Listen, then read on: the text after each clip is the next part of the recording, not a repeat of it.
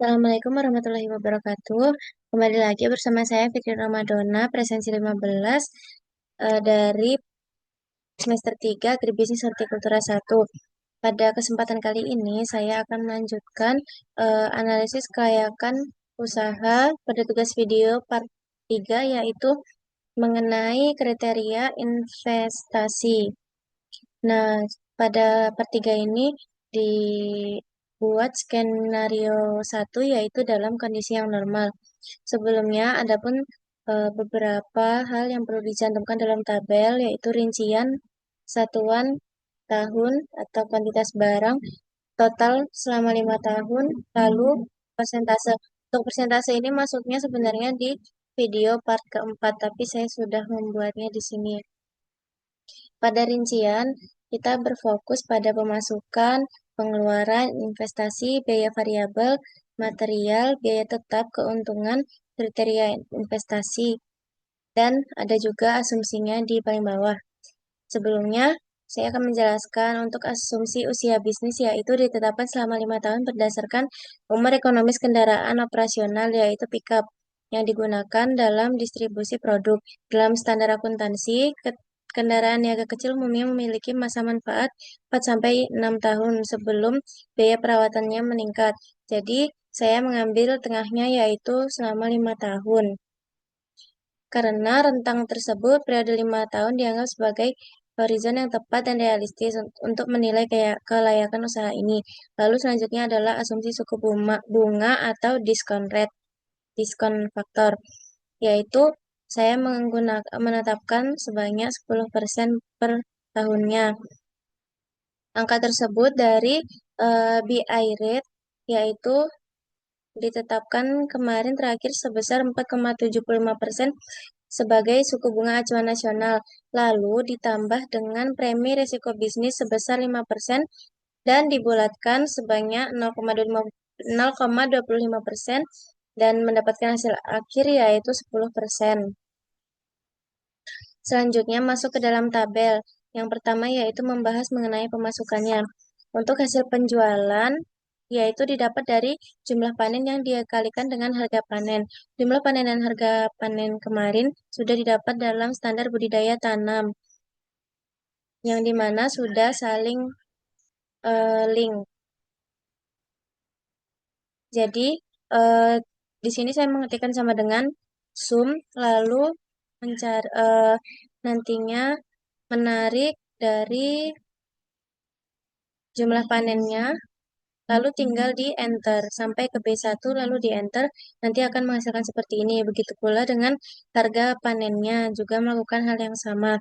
Selanjutnya didapatkan nilai sisa, yaitu dari eh, part yang pertama di biaya investasi dan penyusutan. Di sini terdapat nilai sisanya yaitu pada H53, yaitu ini nilai sisanya 116.220.000. Selanjutnya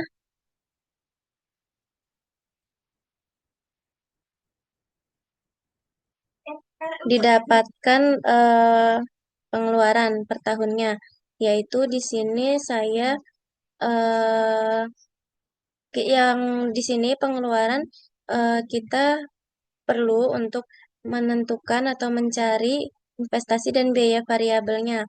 Untuk investasinya sendiri itu kemarin saya dapatkan di part pertama, saya buat di part pertama yaitu di kolom dan baris E38. Di E38 yaitu di sini ada ini total biaya investasi per tahun. Jadi di tahun ke-0 saya memasukkan yang ini sama dengan L38 lalu di enter. Setelahnya ditarik dengan ini tanda plus hitam. Loh, kok berubah? Sebentar. Oh, mohon maaf, tadi saya menariknya terlalu panjang. Jadi ini cukup dari tahun ke-0 sampai tahun ke-5 tadi kebablasan sampai ke total selama 5 tahun ini. Makanya tadi hasilnya beda. Nah, iya sama ya, seperti sebelumnya. Selanjutnya yaitu di biaya variabel. Di sini pada biaya variabel tentunya kita memasukkan terlebih dahulu material-material yang ada seperti di part-part sebelumnya, yaitu ada benih pakcoy, pupuk, pestisida, plastik kilauan, solatip, label, dan perawatan transportasinya setiap tahun. Untuk itu sudah terlink dengan yang sebelum-sebelumnya. Seperti ini.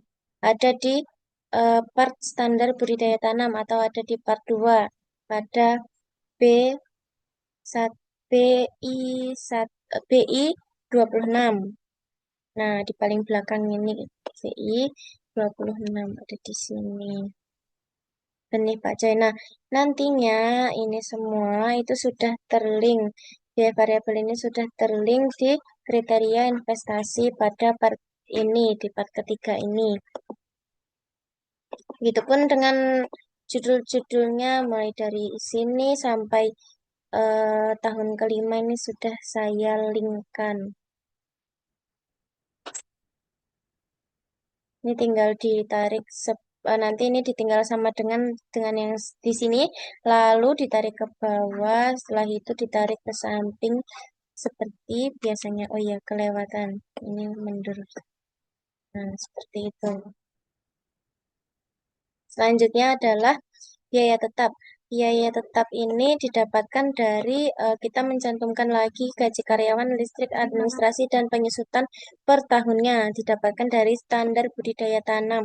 Sini di standar budidaya tanam sudah didapatkan biaya tetap juga, ada gaji karyawan, listrik, administrasi, dan penyusutan per bulan. Untuk penyusutan per bulan ini tadi kita sudah menggunakan penyusutan per tahun yang dimana kita menggunakan yang paling terakhir yang ada di sini.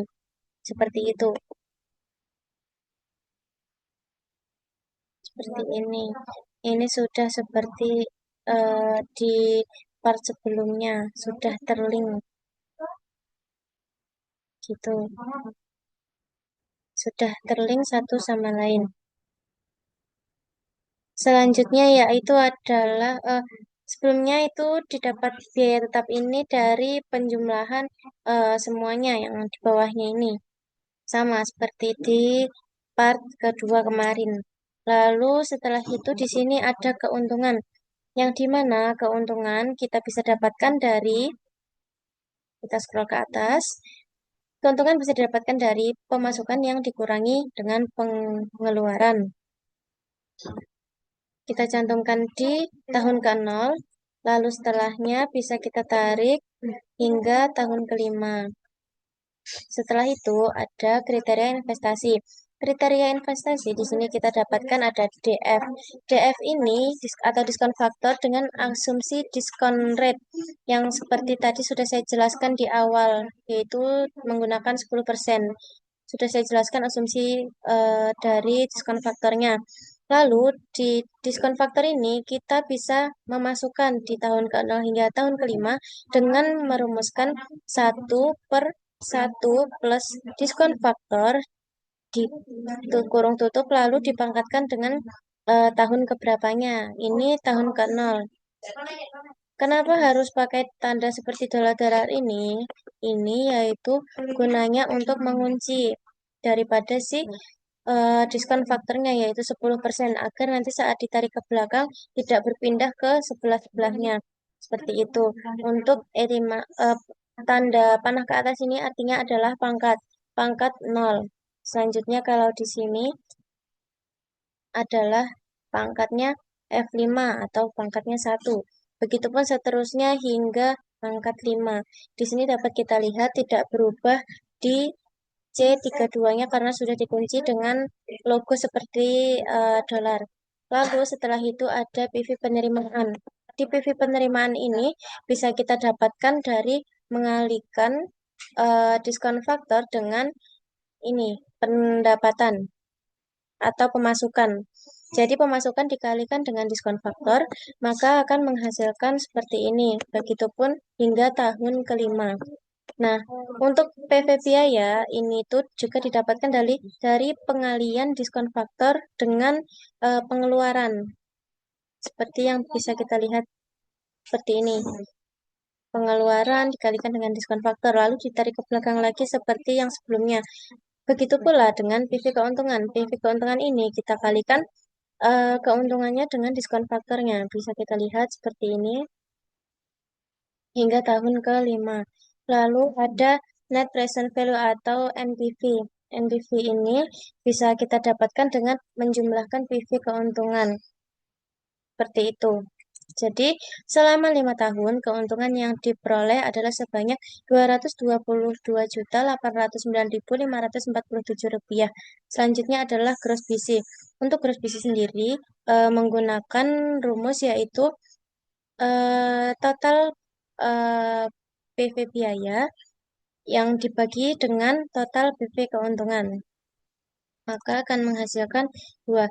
2 ini artinya apa? Jadi setiap 2 ini artinya Rp2. Jadi maksudnya adalah setiap Rp1 biaya yang dikeluarkan nantinya akan menghasilkan keuntungan kotor sebanyak Rp2. Begitu. Lalu selanjutnya adalah net BC. Untuk net BC ini bisa kita dapatkan dengan rumus min tahun pertama hingga tahun ke-5, lalu nanti dibagi dengan tahun ke-0-nya.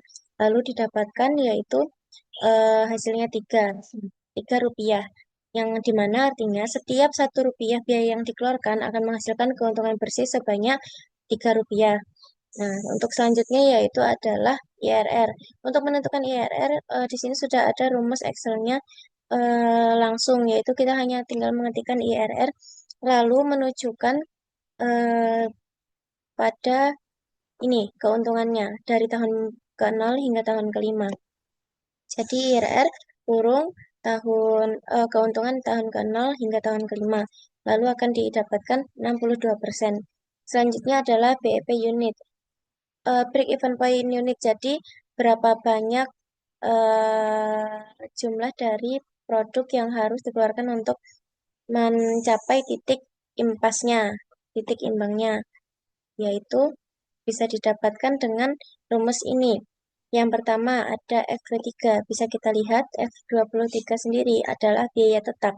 Nantinya biaya tetap dibagi dengan kita kurung ada F9. F9 yaitu adalah harga panen yang nantinya harga panen ini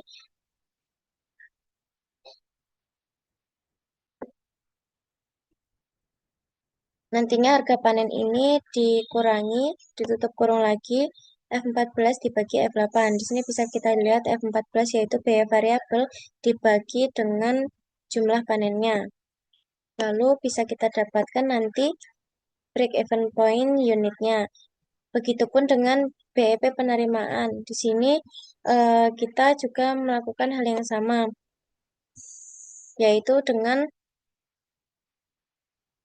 yang pertama kita menuliskan sama dengan lalu menuju pada F23 yaitu biaya tetap yang nantinya dibagi dengan dalam kurung biaya variabel yang yang nantinya dikurangi dengan hasil penjualannya itu, atau pokoknya yang berkaitan dengan harganya. Kalau tadi unit itu barang, banyaknya barangnya. Selanjutnya ya adalah perhitungan payback periode. Di sini saya tidak bisa menghitung payback periodenya karena pada bisa kita lihat kita harusnya menentukan kumulatif PV per tahunnya. Di sini PV kumulatif per tahunnya saya belum bisa mencapai dari total investasi selama 5 tahun. Bisa dilihat total investasi selama 5 tahun adalah Rp295.460.000 dan selama 5 tahun belum bisa dicapai angka tersebut, yakni hanya sampai Rp222.809.547, yang dimana ini masih kurang dari eh, investasinya tadi. Nah, tapi dikarenakan saya hanya berfokus pada satu produk, maka sebenarnya belum tentu bisnis ini dikatakan tidak layak.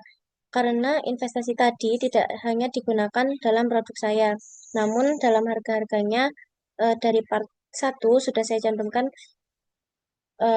untuk produk lainnya juga. Tapi saya hanya berfokus pada satu produk. Di sini sudah saya tuliskan belum bisa mendapat kembali modal dalam data ini karena produk yang difokuskan hanya satu.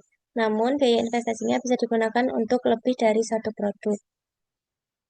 Mungkin cukup sekian yang dapat saya jelaskan pada video kali ini. Saya mohon maaf apabila ada salah kata maupun perbuatan. Wassalamualaikum warahmatullahi wabarakatuh.